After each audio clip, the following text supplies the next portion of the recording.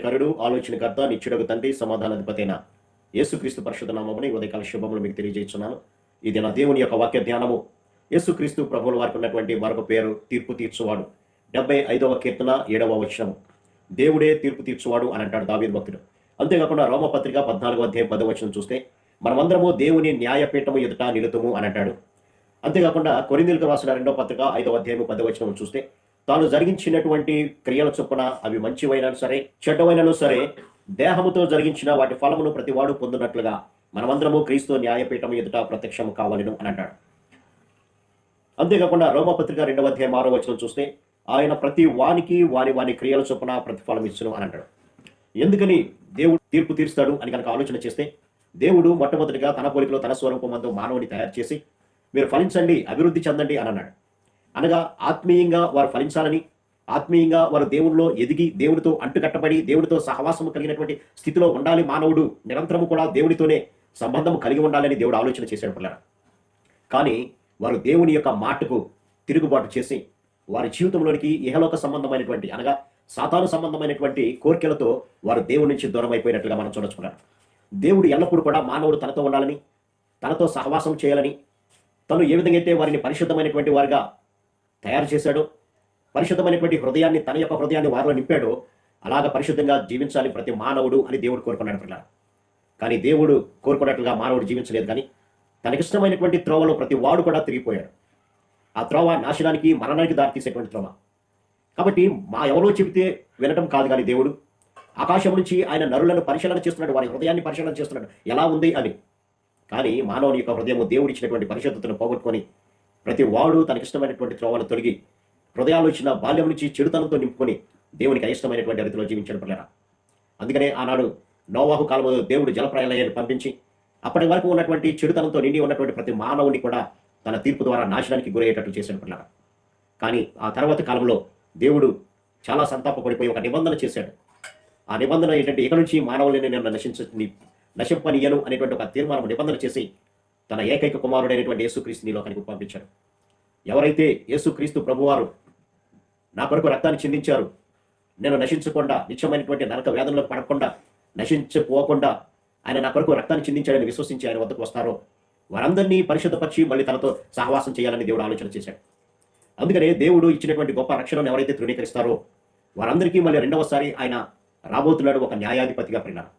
మొదటిసారి ఈ లోకంలోనికి వచ్చింది సమస్త మానవాళి రక్షించబడాలని, తనిచ్చేటువంటి ఉచిత రక్షణను వారందరూ కూడా పొందుకోవాలని, ఏ యోగ్యత లేనటువంటి వారికి తన యొక్క పరిశుద్ధమైనటువంటి రాజ్యంలో స్థానం ఇవ్వాలనేటువంటి ఆలోచనతో ప్రభు ఈ లోకానికి వచ్చారు. అయితే ఆ యొక్క ఆహ్వానాన్ని, ప్రభు ఇచ్చినటువంటి గొప్ప ఆహ్వానాన్ని ఎవరైతే అంగీకరించి వారి జీవితాన్ని పరిశుద్ధపరచుకొని ప్రభు రక్తంలో దేవుని వరకు పాపము అంటనటువంటి వారిగా పరిశుద్ధమైనటువంటి వ్యక్తిగా, నిర్దోషిగా, నిష్కలంకంగా ప్రభు రాకడ వరకు నిందారహితంగా జీవిస్తారో వారందరినీ కూడా ప్రభు తనతో తీసుకెళ్లాలనేటువంటి ఆలోచన. అందుకనే ఆయన ఇచ్చేటువంటి రక్షణ ఉచితము. ఆయన మన కొరకు కల్వరి శిలువలో కాచినటువంటి ఆ యొక్క రక్తమును బట్టి మనందరికీ ఉచితంగా విమోచన రక్షిస్తున్నాడని సువార్త ప్రకటించడానికి ఈ లోకంలో అనేక మంది సేవకులను ఏర్పాటు చేసుకున్నాడు. ఎవరైతే ఆ రక్షణ సువార్తను అంగీకరిస్తారో వారందరికీ కూడా దేవుడు తన నిత్య రాజ్యంలోనికి చేర్చుకోవడానికి సిద్ధంగా ఉన్నాడు. ఆనాడు నోవాహు కాలం కూడా అంతే. సమస్త మానవాళి దుష్టత్వంతో నిండి ఉన్నప్పుడు నోవాహు కుటుంబం మాత్రమే నిందారహితంగా ఉంది. నోవాహు అనేక సంవత్సరాలు దేవుని యొక్క తీర్పును, దేవుని యొక్క ఉగ్రత వారి మీదకి రాబోతుంది, మారు మనసు పొందని ప్రకటించారు. కానీ ఏ ఒక్కరు కూడా ఆయన యొక్క సువార్తను అంగీకరించలేదు. తద్వారా వారందరూ దేవుని యొక్క ఉగ్రతకు పాలై ఆ యొక్క జలప్రలయంలో కొట్టుకుపోయారు. ఈనాడు కూడా దేవుని యొక్క రక్షణ సువార్త ప్రకటిస్తున్నప్పుడు హేళన చేస్తున్నారు, తృణీకరిస్తున్నారు. కానీ వారు గ్రహింపుకు రానటువంటి వారుగా ఉంటున్నారు. కారణం ఏంటంటే ఈ యుగ సంబంధమైనటువంటి దేవత అయినటువంటి సాతానుడు వారు మనోనేత్రాలకి గుడ్డితనాన్ని కలుగజేసి సత్యాన్ని తెలుసుకోనికుండా వారు చేస్తున్నారు. కానీ ప్రభు ఇంకా తన యొక్క సువార్తను ప్రకటింపజేస్తూనే ఉంటున్నాడు.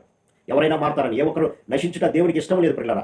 అందుకని అపోస్తలుల కార్యములు 26వ అధ్యాయంలో ప్రభు పౌలుకి కనబడినప్పుడు పౌలు చెప్తున్నటువంటి సాక్ష్యం ఏంటంటే చీకటిల నుండి వెలుగులోనికి, సాతాను అధికారం నుండి దేవుని వైపుకు తిరిగి నా యందలి విశ్వాసం చేత పాప క్షమాపణ పరిశుద్ధపరచబడిన వారిలో స్వాస్థ్యమును పొందినట్లు వారి కన్నులు తెరుచుకై నేను నిన్ను వారి యొద్దకు పంపెదను అని దేవుడు నాకు చెప్పాడు కాబట్టి నేను వచ్చానని పౌలు భక్తుడు సాక్ష్యం ఇస్తున్నాడు.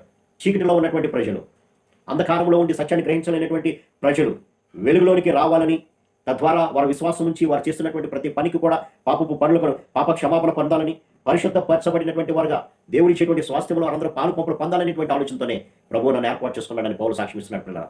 ఎవరైతే ఆ సాక్ష్యాన్ని అంగీకరించి క్రీస్తుని సొంత రక్షకుడు అంగీకరిస్తారో వారందరికీ నిత్య జీవాన్ని వాగ్దానం చేస్తున్నారు. లేదంటే వారు దేవుని యొక్క ఉగ్రతకు పాత్రలవుతారని వాక్యం శ్రమిస్తుంది. అందుకని యోహాను సువార్త 5వ అధ్యాయం 24వ వచనం చూస్తే, నా మాట విని నన్ను పంపిన వాని యందు విశ్వాసం ఉంచువాడు నిత్య జీవము కలవాడు అని అన్నాడు.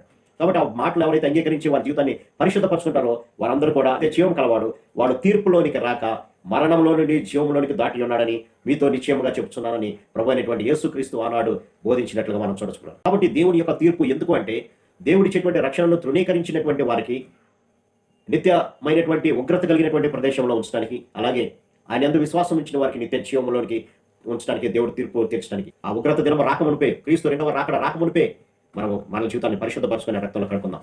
తీర్పు నుంచి తప్పించబడి నిత్య రాజ్యంలోనికి వెళ్దాం. అటు కృపా పరిశుద్ధాత్మ దేవుడు మనకు దయచేయను గాక.